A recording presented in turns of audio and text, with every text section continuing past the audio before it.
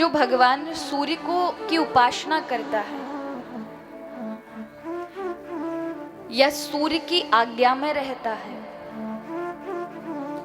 सूर्य भगवान उसको वो सक्षमता दे देते हैं जो संसार में आपको कोई नहीं दे सकता।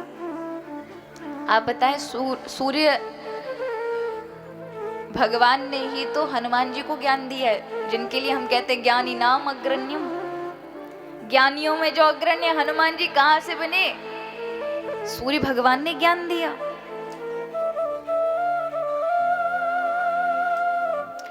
जो सुबह सुबह उठ करके सूर्य भगवान का स्वागत करता है, उन्हें अर्घ्य प्रदान करता है, सूर्य नारायण उन पर बड़े प्रसन्न होते हैं, उन्हें आरोग्यता प्रदान कर देते हैं, उनकी दरिद्रता को हर लेते हैं। जो सूर्य अस्त में सोता रहता है, जैसे कई लोग दिन में सोने की आदत बना लेते हैं तो वो दिन में सो जाते हैं, ठीक है, सोइए 1 घंटे 2 घंटे, लेकिन सूर्यास्त के समय बिस्तर पर यदि आप लेटे रहे तो आपके घर में लक्ष्मी का वास चला जाएगा, दरिद्रता आपके जीवन में आ जाएगी। 2 समय कभी मत सोइए, एक ब्रह्म मुहूर्त में, प्रातः काल की वेला में, और एक सांझ के समय।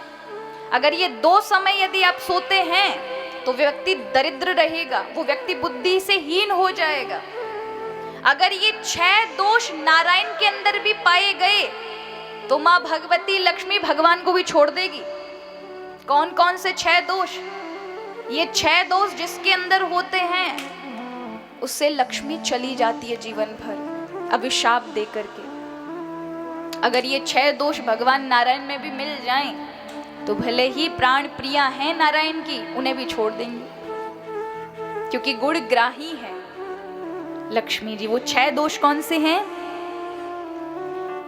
कुचेलिनम दंत मनो उपधारणम, बहुभाषिणम निष्ठुर भाषिणम च, सूर्योदय चास्ति मितये शयानम, विमुंचति श्री यदि श्री चक्रपाणि। ऐसे समझे जो अपवित्र वस्त्र पहनते हो, पहला अवगुण, पहला दोष, जो मैले कपड़े पहन कर रहते हो, आज पहने कल भी पहन लिए, तो उसे कहते हैं कुचेलिनम वस्त्रम। जो ऐसे वस्त्रों को धारण करता है, मैले वस्त्रों को धारण करता है, उसके जीवन में लक्ष्मी चली जाएगी। दूसरा, जिसके दांत मैले रहते हो, मंजन ना करता हो सुबह उठ करके, कई बार होते ना लोग बड़े आलसी होते, भूल जाते,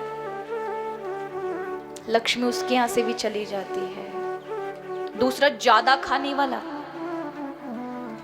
अब कई लोग होते हैं ना महाराज कि खाते रहेंगे खाते रहेंगे खाते रहेंगे, सुबह से उठेंगे, दिन में खाएंगे, फिर शाम को खाएंगे, फिर रात को।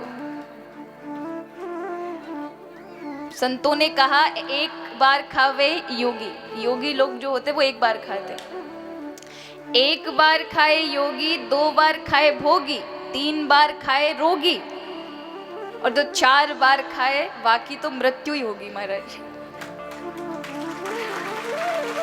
उसे फिर कोई नहीं बचा सकता, क्योंकि जो खाए जा रहे खाए जा रहे खाए जा रहे, फिर क्या होगा?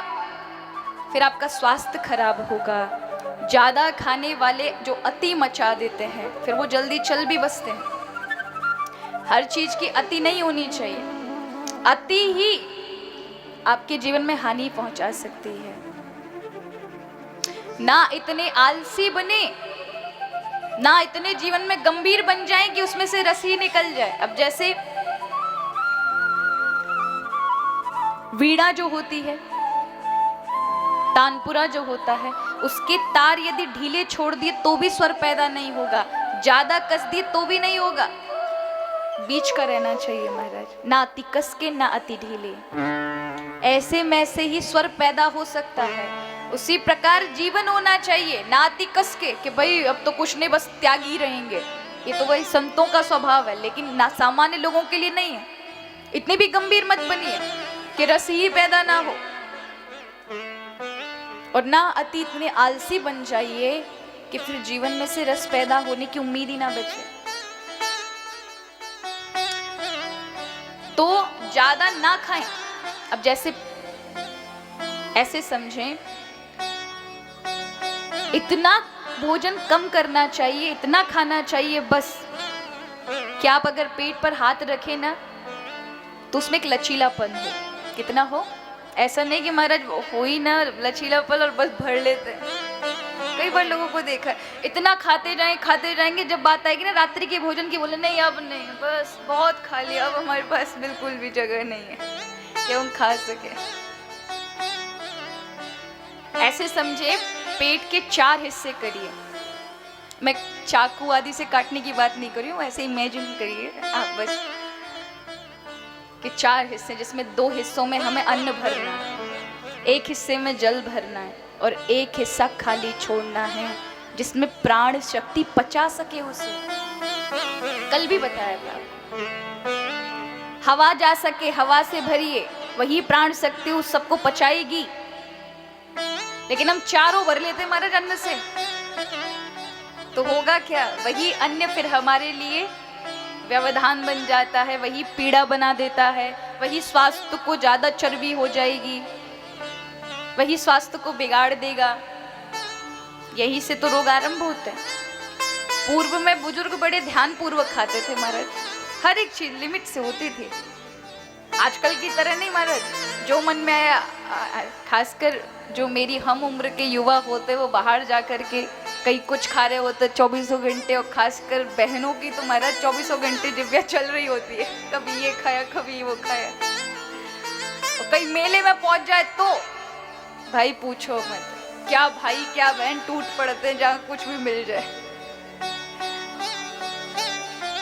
किसी मॉल में चले जाएं, वहां चले जाए तो खाएं, अच्छी बात है, लेकिन एक सीमा तक, सीमित तक।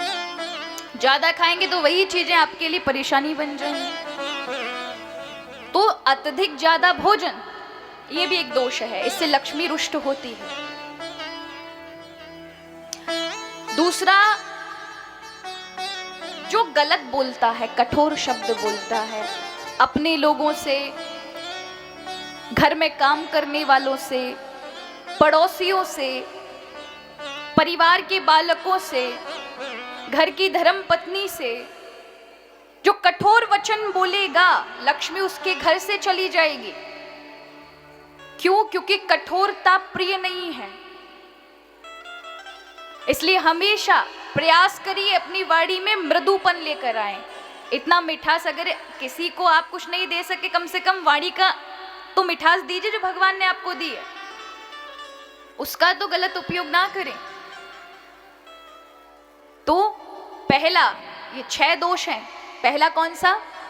पहला है गंदे मैले वस्त्र ना पहनना, जो पहनेगा लक्ष्मी चली जाएगी उसके जीवन से।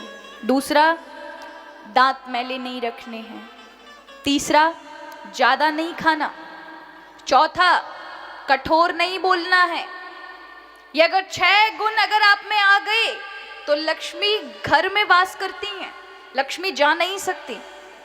और 2 दोष जो होते हैं वो ये है कि सूर्यास्त के समय सोना और सूर्य उदय पर भी सो जाना। सूर्य उदय हो चुके फिर भी सोते रहना, उनके जीवन से तो ओजस्वता चली जाती है, बुद्धिमत्ता चली जाती है और लक्ष्मी तो आती नहीं है।